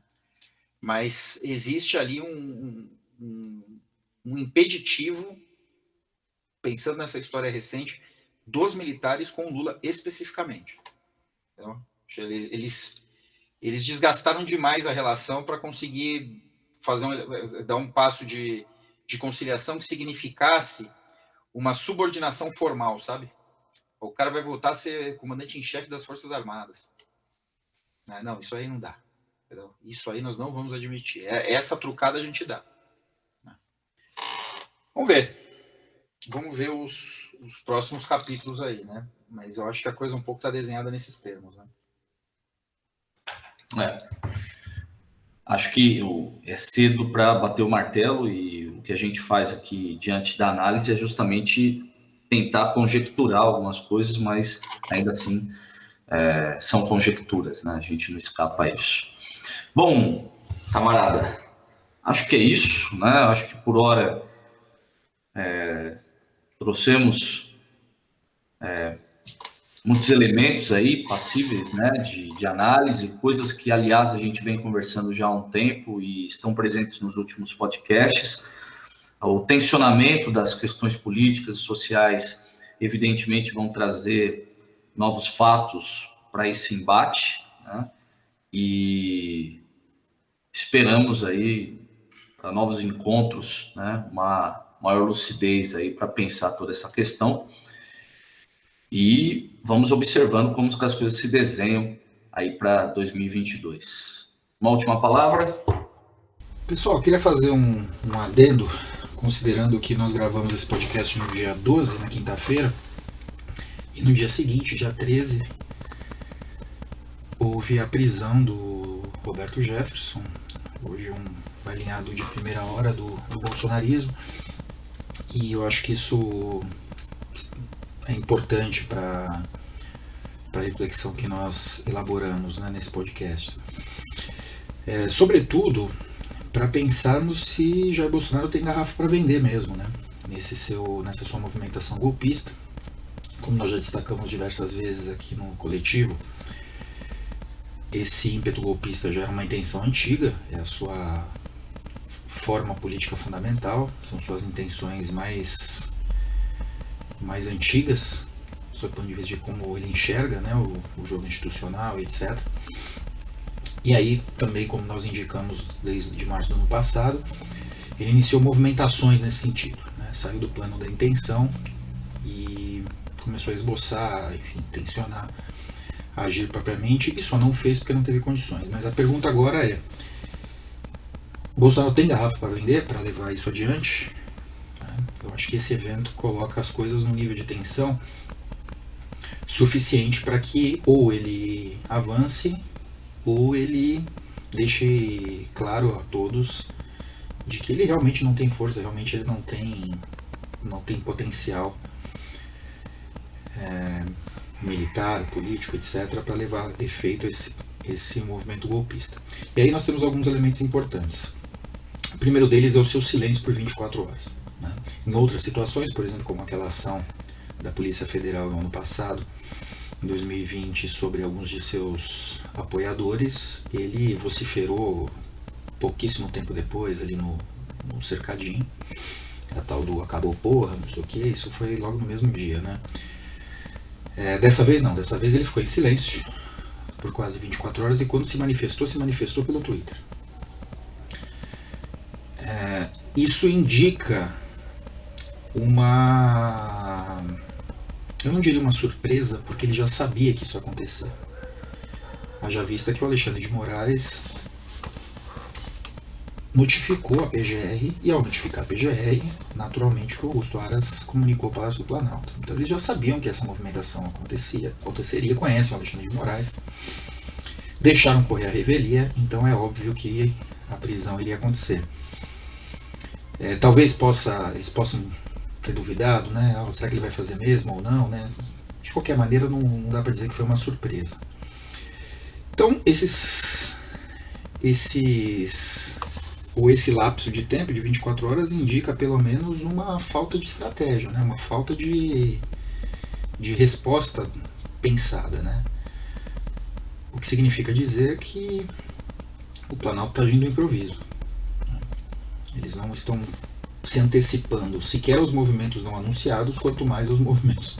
Quer dizer, eles não estão se antecipando sequer aos movimentos anunciados, quanto mais aos não anunciados, né? Então eles estão reagindo de maneira improvisada, e aí dá para imaginar que eles estão reagindo de maneira improvisada a ações da PF, do STF, da CPI, das próprias articulações políticas do Congresso, né? A gente tem que colocar também nessa equação a reabertura do indiciamento do Ciro Nogueira, num claro sinal do STF de que, olha, quem estiver na órbita do bolsonarismo vai ser cobrado, né? Não vai haver nenhum tipo de leniência, a pressão vai se estender a todos os aliados. E aí quando veio para uma nota no Twitter, nenhum pronunciamento direto, porque ele também não confia, né, na sua sobriedade intelectual para se pronunciar verbalmente, né, na frente das pessoas e tal. Certamente ele iria falar o que não deveria. Então, pelo Twitter, não foi ele que escreveu, ok. E jogando para o Senado uma possível retaliação, pedindo o processo de impeachment. Olha, vejam, uma retaliação pela prisão do Roberto Jefferson que foi determinada pelo Alexandre de Moraes. Então, por que incluir o Barroso? Por conta dos seus conflitos relativos ao voto impresso e tal. Então, isso já nos faz também olhar para essa situação como um ato de pura retaliação, que provavelmente não vai ter nenhum tipo de fundamentação jurídica, o que torna a recepção disso pelo Senado muito remota. Né? Já seria, mesmo que houvesse uma boa fundamentação, uma dificuldade que o Rodrigo Pacheco aceitasse, né? Político tipicamente moderado e tal, mas considerando esse contexto de mera retaliação, eu acho isso bastante improvável. O que leva a coisa para dois lugares, né? Bom, lugar número 1, Bolsonaro não tem nada a fazer, não tem garrafa para vender e faz essa solicitação ao Senado para dar resposta às suas bases, e aí, como bem domesticada que essas bases colocariam aí a responsabilidade no Senado. Ok, é um caminho que funciona para ele. Um outro caminho, que me parece improvável, é que esse movimento seja um movimento de approach para, diante de uma negativa do Senado, acionar uma ação direta, brusca, violenta, etc. Coisa que eu não acredito que aconteça, porque se houvesse qualquer tipo de possibilidade de sucesso de uma ação militar, de um golpe clássico, o STF saberia e provavelmente já teria negociado antes. Então, se o STF está com o pé no acelerador, é porque sabe que não tem nada lá. É o que me parece. Tá bom? Valeu, galera. Um abraço. Espero que os camaradas gostem aí da conversa, interajam conosco. E vamos aí observar essa canoa furada, para onde ela vai. Para sua deriva. Sem dúvida alguma, né? Eu diria que o que furou a canoa com certeza não foi um daqueles tanques lá, né? Aquilo ali vai se tentar tirar e explodir, né? Não. Aliás, você viu a cena do soldado dormindo em cima do tanque, cara? Chegou a ver isso? Não vi. Tem uma foto do cara assim com a mão no queixo, assim, o soldado, cara, um soldado. Em cima daquele tanque lá, versão 1915, né, apoiado assim no cotovelo, enquanto o Bolsonaro recebia a carta. Cara, que tragédia. Cara. Rapaz, eu tô falando para você. Se eu sou chefe de uma força militar de um país que está interessado em invadir o Brasil, eu faço isso hoje. Hoje, depois daquela cena, é hoje. Porque, olha, ridículo. Não, só uma anedota final aqui, só para encerrar. Há uns anos atrás eu fui visitar um amigo meu que era militar, né? Sargento, tal, tava para se aposentar, para ir para a reserva, né? Que fala, né? E fui visitar o aniversário dele, tal, não sei o que. Ele morava na Vila Militar ali em Barueri. Bom, chego lá com o GPS, né? Não sabia direito, entra por aqui, entra por ali, e tal. Quando eu chego na portaria do negócio, me sai um garoto, cara, de 16 anos, da guarita. Saiu depois de 5 minutos que eu parei a moto, né? Saiu meio com sono, assim, sabe? Pois não, eu vou na casa do fulano. Tá bom. E abriu a cassete. Eu falei, não é possível, cara. Senão seu exército ele tá um fracasso total, né, cara? Nenhuma disciplina, né? Aí você fica pensando, né? Será que chegar numa vila militar moscovita, chinesa, é assim? Né? Não, rapaz. Moscou você não entra nem numa farmácia sem passar pelo scanner, cara. A banda não toca desse jeito, não. Então, Então, assim, o que mostra a miséria da nossa situação, né? Com esses caras que nós estamos negociando. Tudo bem. Não, e aí eu acho que confirma um pouco da minha perspectiva a respeito de que, ok, eles podem até não gostar, né? Sem o apoio aí de determinados grupos, eles não fazem nada. E se resolverem trocar, ó, põe aí seu maquinário na rua. Não, o duro é que se colocar também Não, a esquerda vai correr dessa loucura. Né? mas eu acho que basta uma intifada, resolve rapidinho. Uma pedrada desmonta. Esse exército ali no Oriente Médio, fracasso total, né? Nossa. Por isso que a Venezuela falou grosso, né? Porque sabe o que tem aqui. Sabe, opa, com certeza. Mas Tá é bom. isso. Vamos nessa. Vamos finalizando, agradecendo aí aos camaradas, ouvintes, que nos acompanham aí nos podcasts e esperamos aí para os próximos encontros, né? Mais debates. Aquele abraço, até mais. Escreva para nós pelo e-mail sagrada.familia.podcast@gmail.com ou através dos nossos perfis nas redes sociais, Twitter, Facebook e Instagram.